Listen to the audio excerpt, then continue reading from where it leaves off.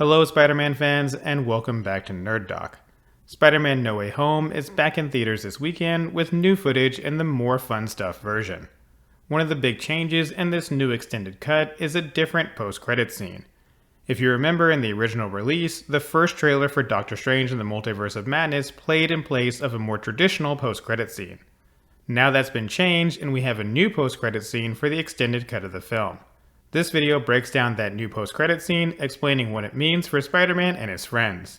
In the new post-credits scene, we see Betty Brant giving the last Midtown news report of her high school career. Throughout the video report, we see photos and videos of the various adventures the class went on between Spider-Man Homecoming and Spider-Man No Way Home. This includes the academic decathlon from Homecoming, the European trip in No Way Home, getting dusted, Betty's relationship with Ned, and more. It's like a mini recap of all three movies from the perspective of these high school students. So what's so interesting about this broadcast? Well, Peter Parker is nowhere to be found. There's absolutely no sign of Peter Parker at all. This gives us some insight into how Doctor Strange's spell has affected Peter's one-time friends. While everyone can still remember Spider-Man, the spell removed all memory of Peter Parker. There's still a question as to whether or not Peter has been completely removed, or if the spell simply alters people's perception and they're no longer able to see Peter in these photos, while the photos themselves have not actually been altered. We may never get the answer to that question.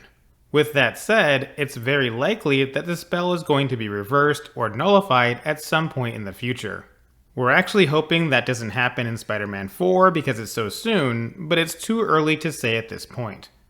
One important thing to note is that at the end of No Way Home, when Peter visits MJ, she's still wearing the black Dahlia necklace that he gave her in Europe. She may not remember Peter, but that necklace still has some meaning to her. More than likely, she knows that the necklace is important, but can't quite remember why. Little signs like these point toward a future in which the spell is eventually reversed and everyone remembers Peter Parker once again. Marvel may even tie something like that into the incursions that are about to really mix things up in the MCU, or it may just be a random plot point in Spider-Man 4 or some future Spider-Man movie.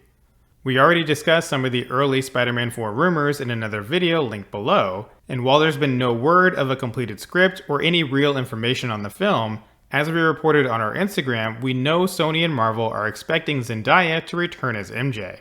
There really isn't any reason for her to be there for anything more than a cameo role if she doesn't remember Peter Parker throughout the entire movie. There have also been rumblings of Miles Morales being introduced in Spider-Man 4, perhaps with Jaden Smith in the role, with some insiders even claiming Across the Spider-Verse will be linked to the MCU in some way. In an ideal world, Peter doesn't don the black suit until Avengers Secret Wars, which is also when we would get Miles Morales, who eventually comes over to the main 616 universe of the MCU, similar to what happens in the comics. Again, it's far too early to know with any kind of certainty, but given the mid-credit scene in No Way Home, we know his symbiote is in the MCU, so it's a given that the black suit and eventually Venom are on the way.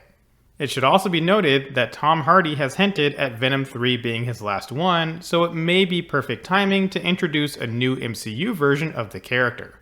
So what do you think of the new extended cut post-credit scene? Do you think the photos and videos have been changed, or are people simply unable to see Peter? When are we going to see Miles Morales and Venom in the MCU?